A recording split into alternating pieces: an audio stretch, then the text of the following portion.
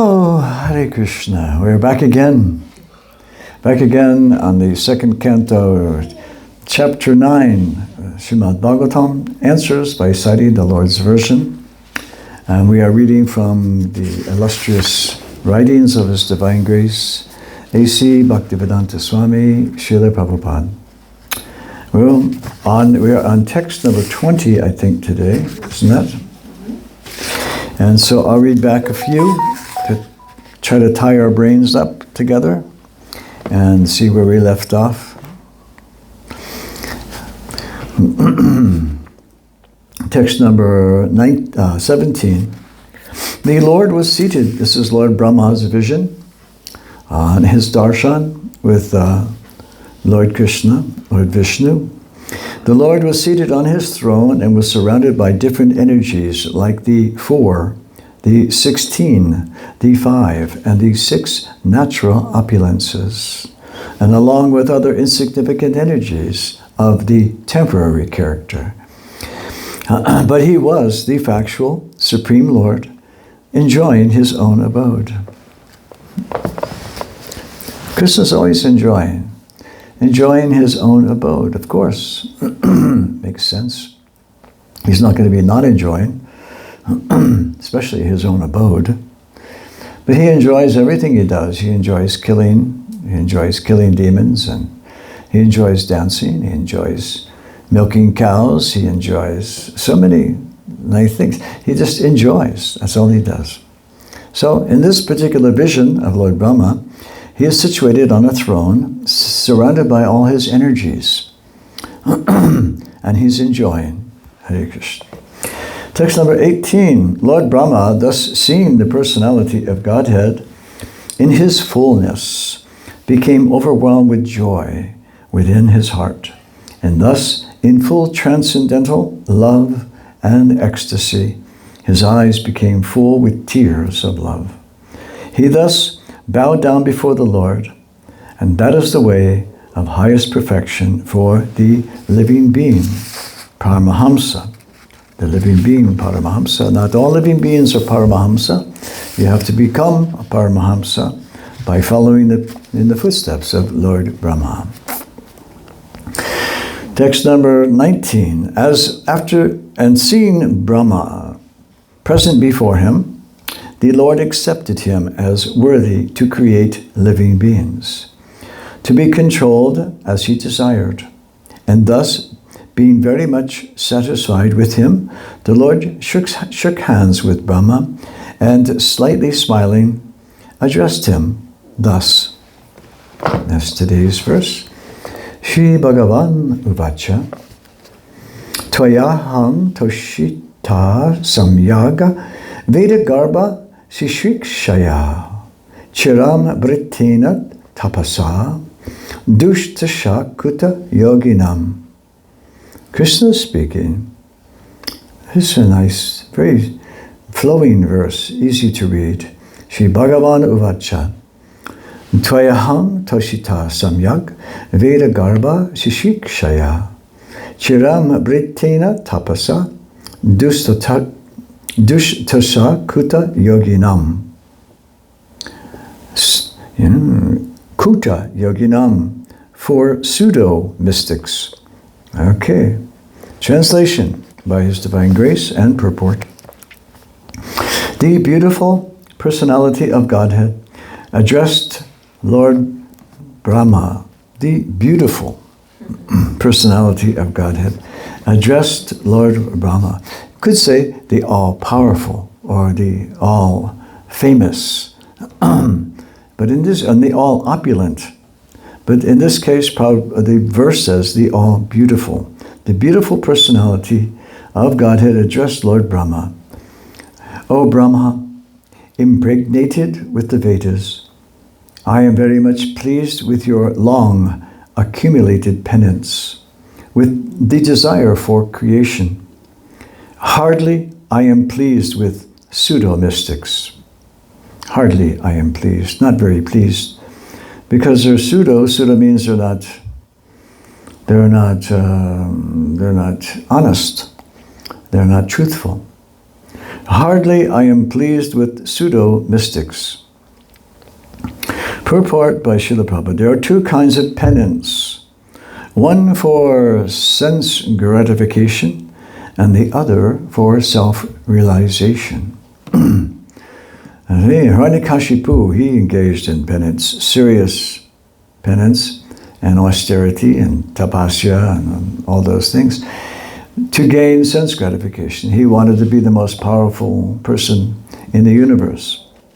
So that's utilizing the same process, but for your own personal sense gratification. And you can also utilize penance for self-realization, which is what the pious souls do who want to get out of this material world and don't want anything to do with all the little Hiranyakashipus who are trying to enjoy themselves here with soft beds in gold. Beds in soft gold and soft gold. Soft beds in gold. Hiranyakashipu. All the little Hiranyakashipus of Kali Yuga, they're prancing around like they are actually in control of something, but actually they're just heading towards death like everybody else. It's not. They seem to be in their own little dream world and dreamland of being billionaires, and they have their jets, but you know, the jets sometimes they fall out of the sky, and the big yachts sometimes they sink, and so many things. Same thing. Everyone's in the same boat, so to speak, in this material world. The boat is sinking, and we're all going to sink. That is, we're all going to die at some point. So, regardless of how much you accumulate and how powerful you think you are, you're really nothing in compared to the Supreme Personality of Godhead, Krishna. There are two kinds of penance, one for sense gratification and the other for self-realization. There are many pseudo-mystics who undergo severe penances for their own satisfaction, and there are others who understand severe penances for the satisfaction of the senses of the Lord. For example, the penances undertaken to discover nuclear weapons will never satisfy the Lord because such a penance is never satisfactory. By nature's own way, everyone has to meet death. And if such a process of death is accelerated by someone's penances, there is no satisfaction of the Lord. So if you find a way to kill everybody faster than the normal sequence of time and birth and death, if you find a way to kill people in a more efficient way, it's not very satisfying, apparently, to Krishna. That's understandable because it's not satisfactory for any living entity with a brain and looks upon the situation and sees that the living entities, these demons, are just accelerating the process of death with wars and even with automobiles, you have to say. Even the automobile, it's accelerated death for so many people. You can't even, it's a horrendous amount of people die with automobiles. They don't even talk about that. They talk about, like how many people die of heart disease, how many people die, but so many more people actually die in car accidents. So this acceleration of having these automobiles is not pleasing, apparently, to the Supreme Lord.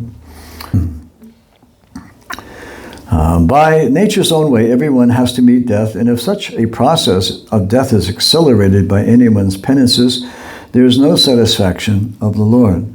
The Lord wants every one of his parts and parcels to attain eternal life and bliss by coming home, the Godhead. And the whole material creation is meant for that objective. Brahma underwent severe penances for that purpose, namely to regulate the process of creation so that the Lord might be satisfied. And therefore the Lord was very much pleased with him, and for this Brahma was impregnated with Vedic knowledge. The ultimate purpose of Vedic, you can imagine being impregnated with Vedic knowledge.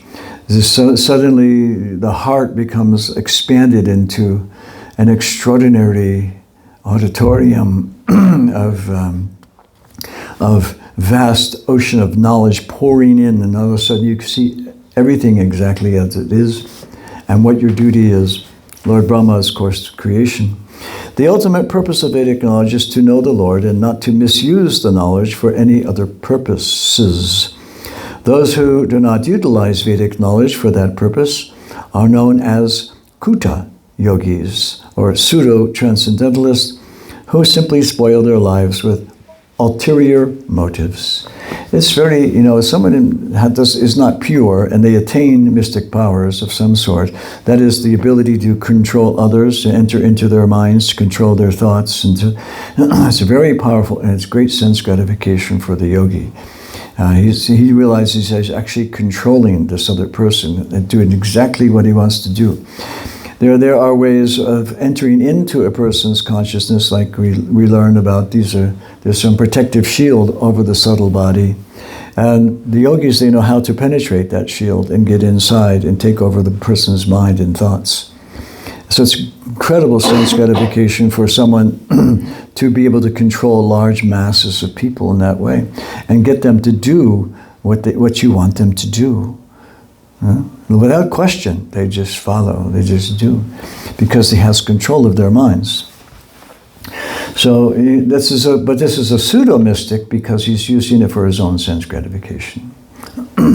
to get power, fame, money, whatever, all these different things, women. And so this is not the real purpose of penance. The real purpose of penance is to know Krishna, and through the impregnation of the Vedas into one's own personal heart. That's what you want. You want to become impregnated. You want to become impregnated with Vedic knowledge. And through the mercy of Krishna, he comes in and exposes the whole thing. It gives you a vision of all the things that were ever confusing before, never confusing again. Hare Krishna. Srila Prabhupada ki jai.